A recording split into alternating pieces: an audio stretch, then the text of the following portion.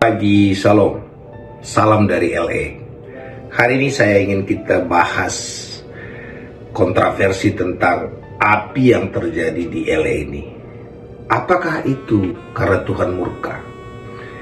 Kalau kita paham perbedaan perjanjian lama, perjanjian baru, kita bisa menerangkannya. Tapi kalau kita tidak paham perbedaannya, kalau kita hanya pegang perjanjian lama, pasti kita katakan ini dari Tuhan.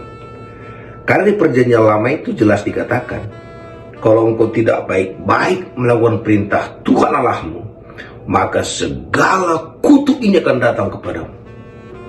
Maka kita akan mengatakan, wah ini kena kutuk nih.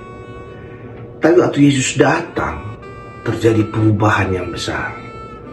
Semua kutuk di perjanjian lama itu Yesus sudah bayar di kayu salib. Maka dalam buku Yohanes 10 ayat 10 dikatakan, pencuri datang hanya untuk mencuri, membunuh, dan membinasakan. Pencuri itu adalah setan. Jadi kerjaan setanlah mencuri, membunuh, dan membinasakan. Jangan abu-abu. Jangan katakan, wah ini gara-gara alam. Tidak, hanya dua kekuatan di dunia ini. Setan apa Tuhan.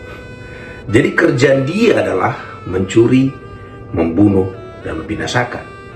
Dan bagian B-nya dalam Yohanes itu dikatakan, Yohanes 10:10b, aku datang memberi hidup, hidup dalam segala kelimpahan. Jadi ada dua fungsi, Allah dan setan. Maka timbul pertanyaan, kenapa itu terjadi? Allah mengizinkan, tapi yang mengerjakannya adalah pekerjaan setan. Kita lihat Ayub. Ayub itu dilindungi Tuhan. Maka setan gak bisa apa-apain dia. Suatu hari setan bertanya kepada Tuhan, ya karena kau lindungi dia.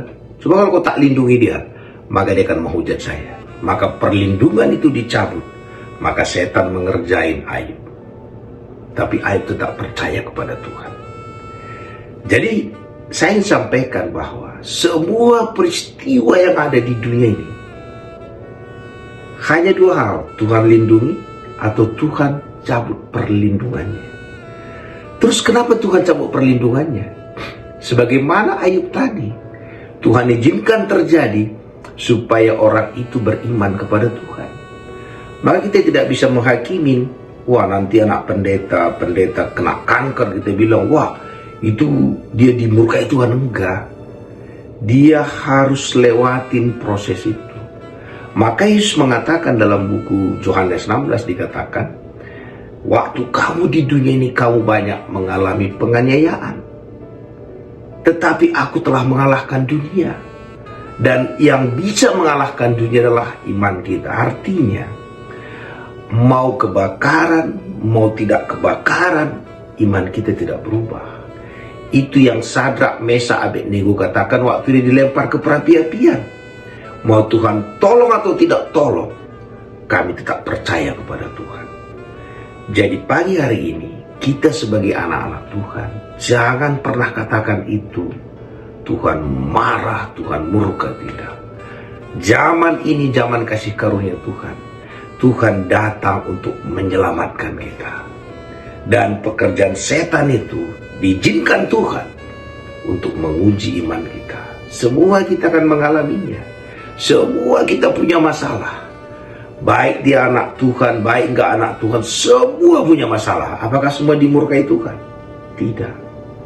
Karena itu kita berhenti menghakimi. Karena penghakiman itu bukan milik kita. Yesus datang bukan untuk menghakimi, tapi untuk menyelamatkan. Jadi kebakaran di LA ini kita jangan pilah-pilah. Kok ada gereja terbakar, ada yang tak terbakar, ada, semua ada. Tapi Tuhan izinkan itu terjadi supaya memurnikan iman anak-anak Tuhan yang ada di sana.